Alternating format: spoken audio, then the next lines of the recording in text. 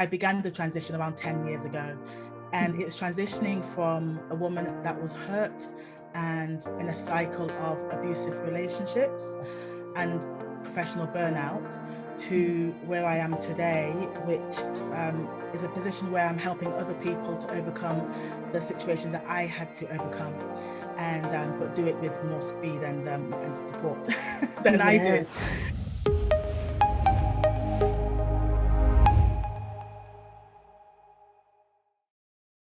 Hello, everyone, and welcome to another episode of Meta Transitions. I am your host, Trisha K. Williams, and I have with me JJ Clark Gordon. JJ is a life coach, and JJ specializes in mindset and confidence. Thank you for being with us today, JJ. Thank you for having me. Really excited. Yes. All right, so let's jump right into it, JJ. Tell us what your transition story is.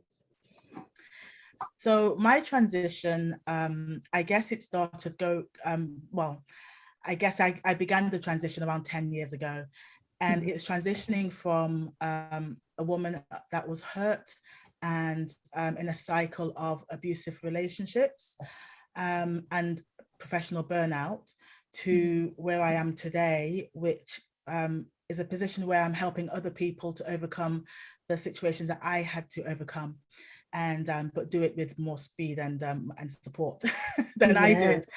Yes. So, I found myself in a cycle of abusive relationships because of, I guess, my lack of understanding of myself, my lack of awareness, my lack of self-esteem, my lack of self-worth. And I feel that a lot of women, we end up in situations where we don't necessarily realize that we are lacking in those areas until we find ourselves in a cycle of some sort.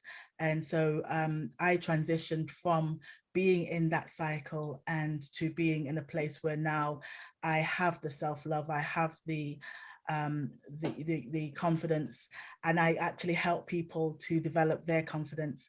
I overcome many of my fears to be able to be in this position, and I'm proud and actually happy and really, more than anything, grateful to be able to share my experiences in a way where other people can be also transformed. Yes, wonderful. No, I really appreciate you, sharing your story. And I know this story is not an easy one to share, Yeah. right? Because it comes with vulnerabilities and it comes with talking about, sort of that idea that you're coming from a place of maybe being broken or brokenness to now, transitioning into a place of empowerment. And I'm sure there's so much in between that broken place and the empowerment place. And I'm wondering if you could share, just a few stories with us of what that was like for you. Yes. So basically, I didn't actually recognize the position I was in until I found myself in Dubai. So I was able to get a position in Dubai and work in Dubai for 8 years. And so it was a really great opportunity. And I'd actually transitioned at that point from a serious relationship where I was engaged to a minister from the church. Yeah. And but this person was emotionally abusive, which is why it didn't last. And I didn't necessarily pick up on the red flags until we were 5 weeks before the wedding was due to take place. And this person that I was with was putting a lot of pressure on me to get plastic surgery, to change the way that I look, to get rid of a scar I have on my forehead that you might see now, and because he didn't want it to show up on the wedding photographs. And there was a lot of me not being good enough and me having to change who I was. But because at that stage in my life, I guess I craved the feeling of being chosen, the feeling of being wanted. And I thought I had that. So I literally did everything that I was told to secure this relationship until, one of my good friends sat down and said to me that, where are you? You're a shell of who you are. And at that point, I didn't quite understand what he meant. And anyway, later on down the line, the relationship didn't go through because I refused to have the surgery. And at that point, I kind of woke up to what was going on. Fast track a little bit to me deciding I'm going to focus everything into my career. So I didn't deal with the hurt. I didn't deal with the breakup of the relationship. I literally just focused 100% in my career. And I moved to a different city, and I managed to find a job in, at the time, was the third largest law firm in the world. And Yes. it's very prestigious. And I just went all in. But then the job wasn't, what I wanted. It wasn't, I didn't get the fulfillment. And I eventually took a job in Dubai. And not too long after being in Dubai, I ended up in, my career was soaring. It was going really well. And I ended up in another relationship. And the relationship that I was in was with somebody who became physically abusive. Mm. And so what had happened was, at first things were nice, as they always tend to be in the beginning of a relationship. And but there were red flags. And because of my longing for someone to choose me, for my longing for someone to love me, especially knowing what I'd not long, or what I came out of the last relationship, I was hoping that this was the one who was choosing me, who, where I get to be that, the woman who's loved by a partner, and I craved so long. And I guess the craving started from a young age, because I wasn't raised with my birth father. So at that point, I'd always had that thought that no one wanted me. I was unwanted. And which is Yes. why the notion of being chosen by someone was so important to me. Yes. And so at that point, I was in a relationship with someone, and things were nice in the beginning. And now in Dubai, there were different laws, different rules. It's a very different game. And one of the rules and one of the laws were that you can't live together as an unmarried couple. The person whose name is on the tenancy can get jailed. And so it's a very serious crime. And so I was in a relationship with someone, and this person told me that they was going to buy a house, and they were about to be evicted from their property, and they just needed somewhere to stay. So I said, who was my partner at the time, and I said, you can stay here for a week, 2 weeks. I thought it would be 2 weeks max, because he was supposed to be securing his property. And within those 2 weeks, I'd come home from work, and he'd moved in. All of his stuff was in my property. So at that point, I kind of panicked, but then I also thought, well, he clearly wants me. He clearly loves me. He's chosen me. And so I ignored the red flags, and I thought, okay, let's try and make this work.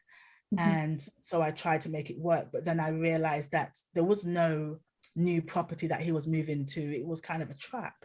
And then I was also earning good money at the time, and this person was not earning at the time. He'd lost his job. And so I was in a position where I was supporting this person. And another red flag was how the things were being run at home, but I ignored the red flag again because of my desire to be chosen. Yes. And so I went through, in this cycle, I went from one emotional abusive to manipulative relationship to this one. And then he started to be physically abusive, because which I know it was clear from what he told me, was because I made him feel embarrassed and demasculated because I was earning a high salary. And to that point, I started to feel guilty about what I was doing with my money. I would share it with him. I was already paying all of the bills and everything else. But I felt guilty. I felt like in order for him to love me and to treat me well, I didn't want to make him feel embarrassed. So I literally did everything again that I thought would make this relationship work, which was ignoring a load more red flags. And then it began to be quite violent, very abusive.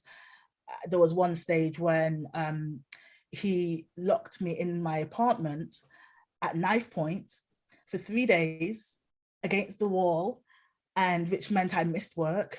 I almost lost my job because I wasn't able to call work to say I wasn't coming in. You know, I would literally sat against the wall for 3 days while he was looking at me with this knife in his hand. It was a very scary situation, especially being in an environment that I didn't really know. Yeah. And I didn't have my family around me. And I didn't have my close friends around me or my siblings around me. So I was in a very vulnerable situation because, and I recognize now and later on how I got into this cycle, but also the vulnerability that I fell into because of this cycle. So fast forward a little bit to certain situations in the relationship where I guess the beginning of the transition started for me was I came to a place where I had to make a really important life-changing decision, and this is where my transformation, my transition started. Yes. When I decided that so basically I'd come out of hospital. I had 8 stitches down my forehead, broken nose, and concussion. And the man who did this to me, my partner, was coming back to the apartment with me. And he had two broken hands. He shattered the bones in both of his hands on my face. And I had to then look after him while his hands were in bandage. I was then responsible at that point, not responsible, but I took on the duty to look after him, because otherwise he couldn't do anything. He couldn't even go to the bathroom on his own. And he was in the house. And I had to summon the most amount of grace to do that. But what I will say to you is that at that point, for about 4 weeks, I was fantasizing the most dangerous situations and scenarios that made me almost come out of myself, where I was thinking, I couldn't live any longer, or he couldn't live any longer. Yeah. And so having these, I guess, fantasies in my head of what I'm going to do. I'm going to take his life. I'm going to take my life. It was literally at that point where one of us couldn't go on anymore. And after weeks of fantasizing how it would happen, and I kind of thought, I can't bring myself to injure someone. That's not in me. And I can't injure myself because of my faith and my belief, and it couldn't sit with me. So I had to make the decision. I had to choose myself, and I had to be good with choosing myself, which meant that I had to go from being desperate to be chosen, to be loved by someone, to deciding that actually, I've never actually chosen myself. I've never actually loved myself. I'd never actually put myself first, prioritized my own needs, showed myself love and care. And if I can't do that to myself, how can I expect anyone else to do that to me? Yes. And so that was the moment for me that I thought, if I'm going to live, if I'm going to, keep my life, I have to do things differently. I had to choose myself, and I had to live intentionally. There was no more drifting around from one relationship to another relationship, waiting for someone to choose me. There was no more desperately craving somebody's attention or love. Now I chosen myself, which meant I had to learn me. I had to figure myself out. I had to get to know who I was. I had to know what I like and what I don't like. I had to know what I stand for, what are my values, and it was on that journey that I realized I didn't know anything about myself, because I was carrying the values from my parents, from from my mother, from my family. I was carrying their beliefs. Everything I thought I was actually what I learned to be from other people. Yeah. And so it was at that point in my life when I said, when I chose myself, I had to know what I was choosing. So I had to make a lot of decisions in my life, which meant setting boundaries for myself. It meant investing in myself, getting the help and support that I needed. It meant having self-care, doing self-care, not talking about self-care, not talking about self-love, but doing self-care and doing self-love, which meant taking intentional actions to love myself, to focus time, to put time to focus on myself, to prioritize my needs, to set goals for my life. All of these things, you know, were part of what it meant to choose myself. And that is when, you know, my transition began. That is when things changed for me. I was still in this relationship for a short while during that time. And what I did was I had to reconcile within me that I'm there were still things about my upbringing that I believe in. There were things that I can't let him. I know what he's done to me, but the person I am, I'm going to help him. But there's going to be a way when I can get out of this. I might have to play the long game, but nobody's life has to end. No one's life has to end for me to do it. And so I did. I played the long game, but rather than focusing on the pain I was in, the hurt that I had, the having the arguments and you know, I basically decided I'm only going to focus on me. I'm only going to focus on me. And that then created a different environment in the home. It meant that there were no more arguments.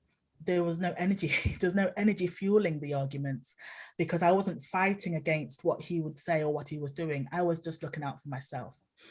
And then it came up to a point when he left the property. I managed to talk him into traveling for an opportunity.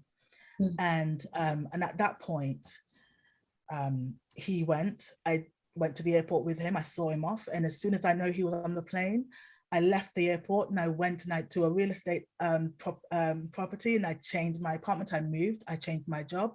I was never to be seen again.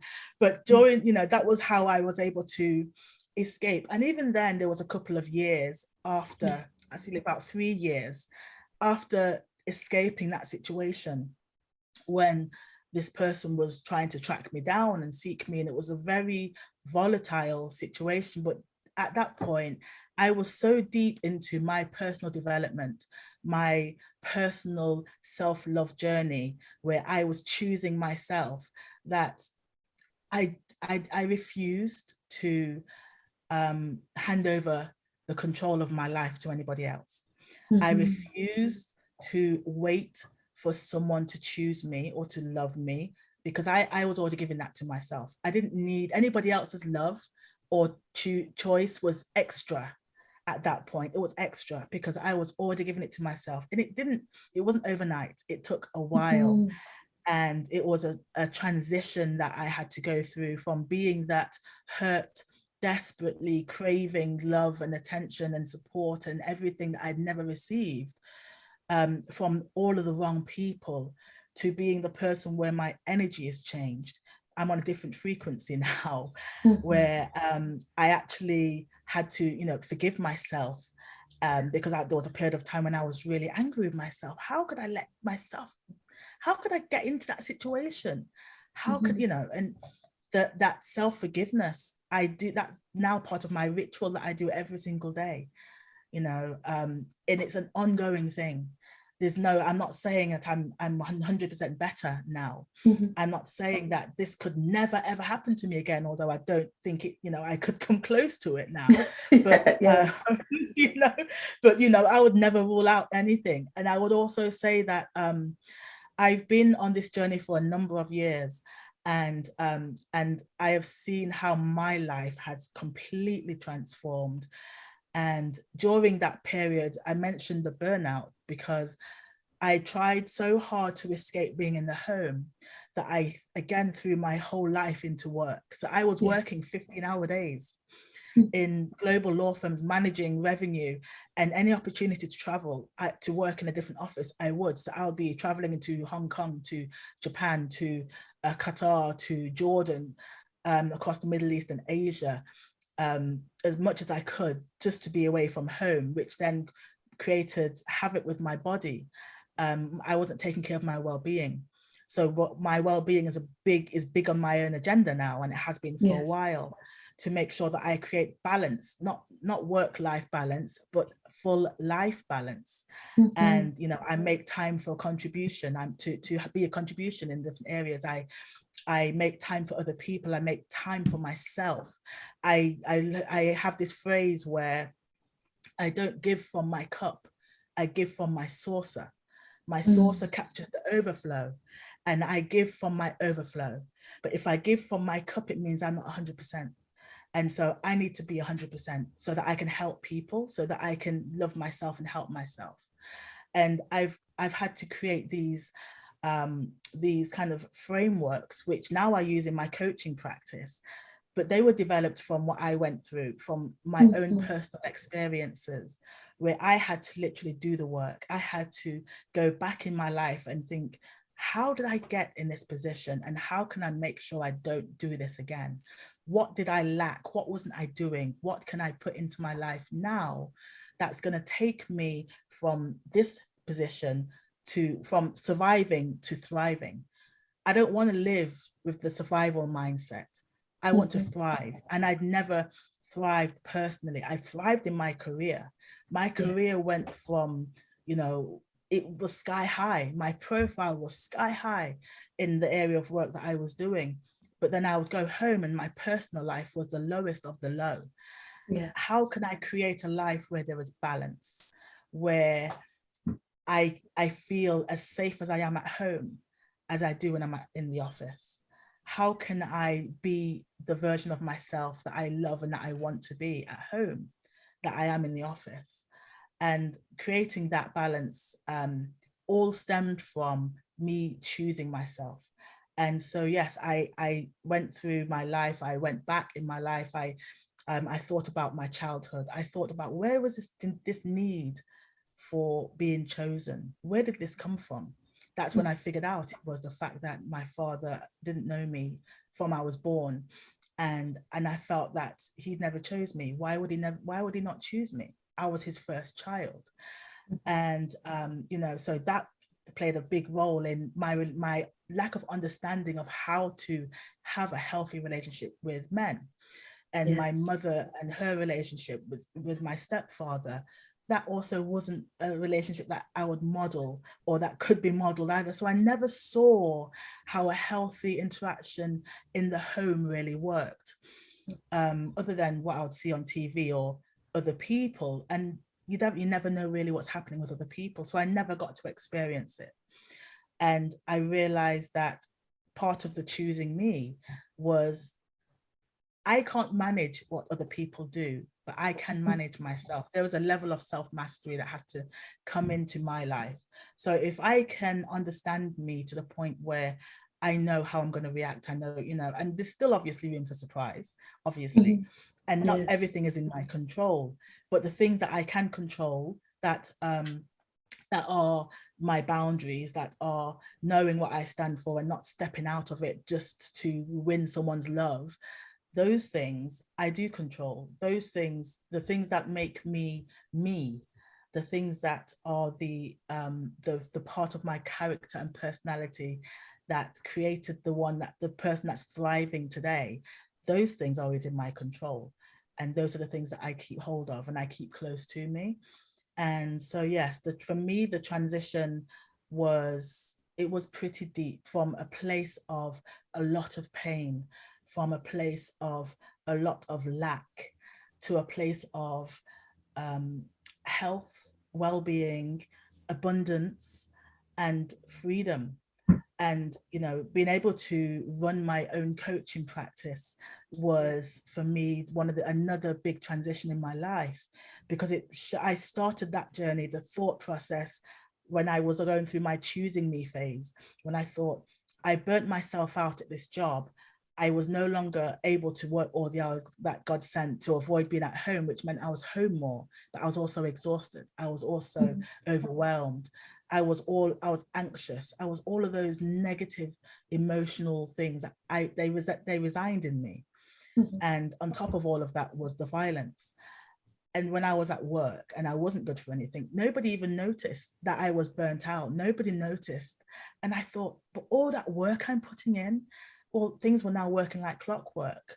So I was not, think the money was coming in, everybody was doing their jobs correctly.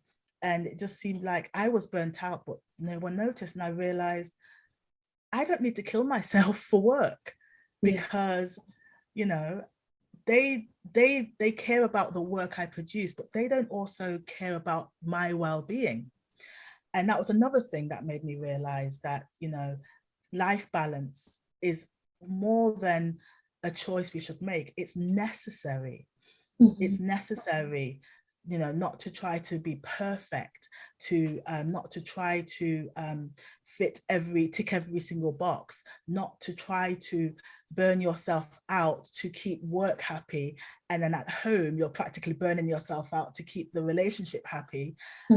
There's no energy going into keeping you happy. So these are the things that got me from where I was to where I am now.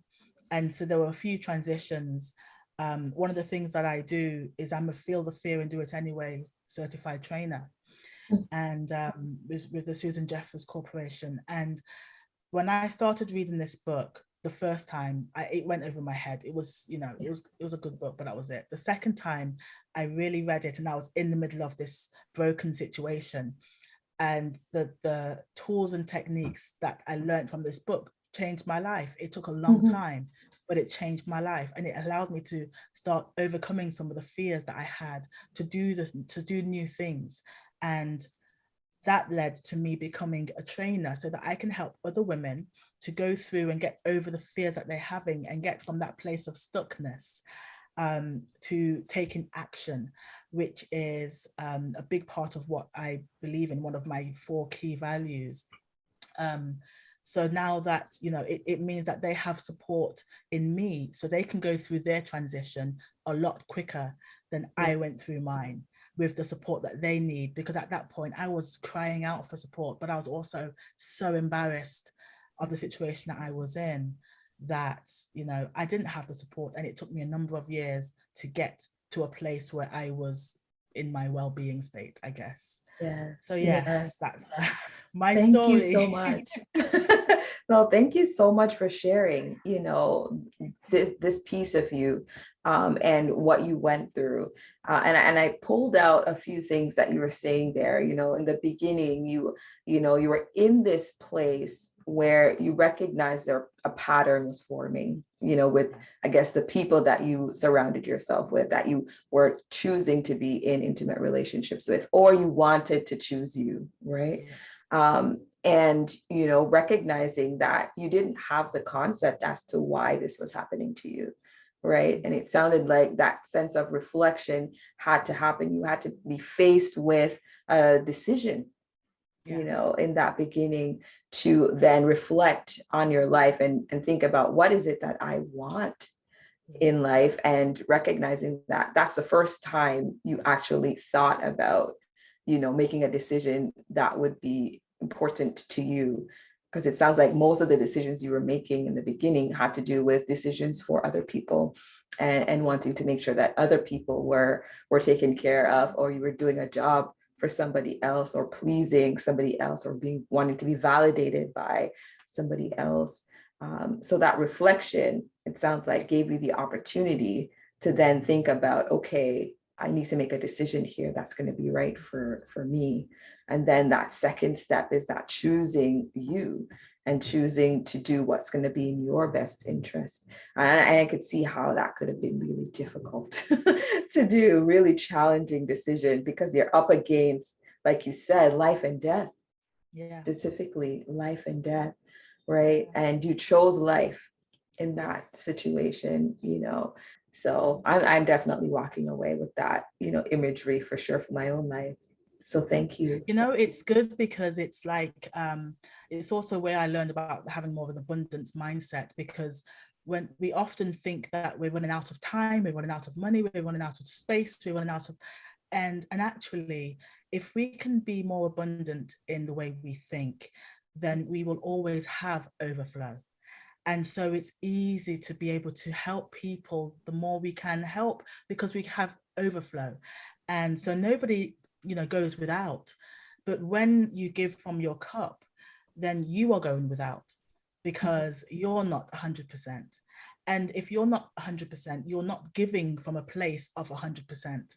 So the people you're giving to never really received 100% from you that you could give. So when you give from your overflow, you're giving from a place of abundance, and that person is getting the full cup. They're getting the 100% of you. And that's a real beauty thing, a beautiful thing to be able to offer someone. Yes, wonderful. All right. So you're a life coach now. You've gone through this journey, and it's empowering, because I've heard so many stories, and I think what I've heard from all the stories is like, people are like, you know what, I've gone through this experience, and this experience has given me knowledge that I am then using to empower other people. Right. So recognizing that sometimes the change has to happen with us. And then once we go through that change ourselves, then we're given life lessons that we can then use to help other people. And it sounds like now you're in this place where you're a life coach, and you're imparting this knowledge to other people. Maybe what you could do is tell me, what are some tips that you can give to people who they've gone through physical abuse, or they've gone through emotional abuse, and they're wanting to do something with their life, they're wanting to make this change, but they're finding it to be difficult, or they've started working on themselves, but they're wanting to give to others. How can they put themselves forward, or make that step? Yeah, I would say, there were 12 key things that helped me when I said choose myself. I was able to go back and figure out and narrow down to 12 key components of what choosing myself meant.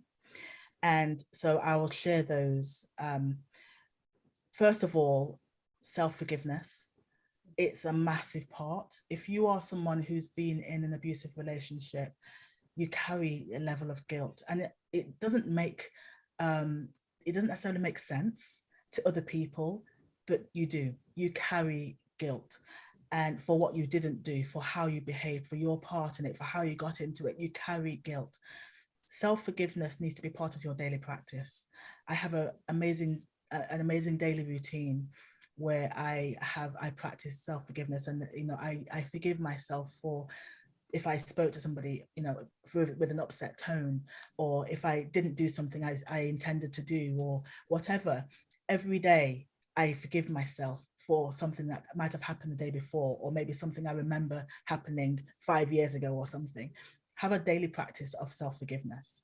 And also, so that what I would say would be the first most important thing for you. Whether you're still in that situation or not, forgive yourself.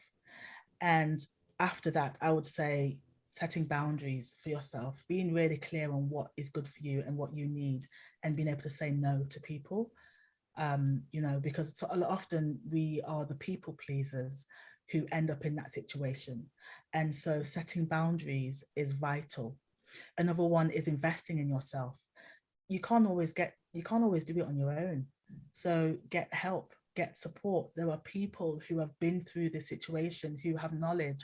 And as much as you might feel embarrassed, you might feel shame, but actually one of the things that helped me get through this was speaking to other people. Invest in yourself, and give yourself permission to invest in yourself. Yes. And get help. Another one is do self-care. Don't talk about self-care. Don't follow what everyone on television is doing or the magazines are doing. do self-care, be proactive about it. Put reminders in your diary, in your calendar, in your phone that remind you to get water, that remind you to take an hour for yourself, that, you know, wake up a little bit earlier before the whole household does and take some time for yourself. Do something that's going to, you know, sit with you spiritually, your feminine, you know, energy, develop that. So do self-care. A big thing is be intentional about your life, because we get ourselves in these situations because we're actually not doing the check-in with ourselves. We're actually just on autopilot. We think we have an idea of what we want in a relationship and we just go with the flow until we find somebody and then we settle into that. After every single experience we go through, whether it's a bad day at work or a good day at work, whether it's a relationship or a new friendship, have a check-in with yourself. Do a little bit of self-coaching. There are questions. I have a little exercise and I give that to people where there are some questions you can do to just check in with yourself and just say and acknowledge the experience. And so you don't lose track of where you are. Be intentional about your life and your future, because you only get once. You only get it one time. Develop self-trust. When you can actually trust yourself, you can rely on your own judgment and develop your own integrity. You won't need somebody else to validate you when you trust your own opinion. Also, reward yourself, recognize where you're doing good in your life, and stand in that for a minute and pat yourself on the back if you need to. Reward yourself with a gift. Do something for yourself. Another thing is prioritizing yourself. That's also part of my daily routine, where I will, before I look at my inbox, you know, your inbox, your email inbox is just a really effective way for to hold other people's priorities. Mm-hmm. So before you open your emails and start doing what other people want you to do, prioritize your own task and your own needs before you take on anybody else's. And then I would say, create self-joy. Creating joy, it sounds like, how do you do that? But it's the easiest thing that you can actually do, because what you're doing is you're looking back in your life and thinking, where was I really joyful? What did I do? And then get that feeling back. Remember the thought, remember what it was, get that feeling back, and then create more moments like that in your life. For example, for me, I love ringing my mom. I've always lived, not always, but I live apart from my mom. I moved to Dubai, I moved to different cities. For me, speaking to my mom fills me with so much joy that that's one of the ways that I create self-joy in my life. So find something for you that creates joy, something that makes you feel really happy, that gives you a moment of self-joy, and try and do that as often as possible. Another thing would be, don't try to be perfect. Don't try to be everybody's answer. Just be your own. And what that will do is it will stop you from being stuck. It will stop you from not taking action on your dream, on your goals, because you're trying to be perfect. Don't try and be perfect. People expect perfection from God, not from you. So. Yes, that's a nice one. That's a nice one for sure. And then set goals for your life. Always be intentional and set a goal. What do you want your life to look like? Think about it, and then set a goal, set a plan, and do it. One small step every day will get you closer to your goal. And then finally, watch your self-talk. You might think it's okay to call yourself names, to be, oh, Joanne, you're so stupid. Joanne, you're ridiculous, because no one can hear. And be rude to yourself, call yourself stupid and useless and no good and all that negative stuff. Your subconscious mind can hear. Yeah. When you are in the quiet moments of your house, of your home, this is a time when you actually should be practicing saying positive words to yourself. This is why there's this big craze about positive affirmations. It means something. It is important. Learning how to love yourself requires you to speak well to yourself, to speak to yourself like you would speak to your friend, Speak to yourself like you would speak to your little sister, or to your, to your mother or your brother. Speak to yourself well, in a way that you would want other people to speak to you.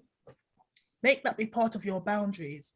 If you set a boundary that you will no longer tolerate anyone being rude to you, then you stick to that too. So you're not even rude to yourself. You hear yourself. And when you speak negatively to yourself, you're actually breaking your own level of self-trust and damaging your own level of integrity. So watch your self-talk. Be mindful of how you're speaking about yourself. Think about what you're thinking about yourself, and put it right. Find out what the triggers are, what's making you feel negative. Find out the answers, and change your narratives. Because when you start to do that, that's how you start to walk on a healthier path. So the last point would be definitely watch your self-talk. Yes, so such amazing tips. Those 12 tips, I'm sure are going to be, life-changing for so many women, that are listening to this broadcasting. I just want to thank you again, JJ, for being with us and for, your willingness to share your story here. One last question that we have is, how can people contact you? How can they reach out to you for your services, for, the inspiration that you've shared here today, talking with you? Where can they go to talk with you? So there are a couple of things I can share with you. First of all, my main business is called Ability Business Group. And so the website is www.abilitybg.com. So you can get me there. You can book a clarity call with me. The clarity calls are free. And if you want any support, the clarity call is a good way for me to help you identify the support that you need. You can also find me on Instagram. I'm on Instagram every day. That's another way that you can get hold of me. Wonderful. Thank you for sharing your contact details, JJ, with us. Everyone, go and contact JJ at her Instagram and her website, so you can, join this great community of women, that's out there wanting to empower themselves and to empower others. We will be putting JJ's contact details in the description below, so go check them out there. All right, JJ, thank you so much for being with us, Thank and you we so much for appreciate having you. me. Yes. Brilliant. Thank All you so right. much. Until next time, take care.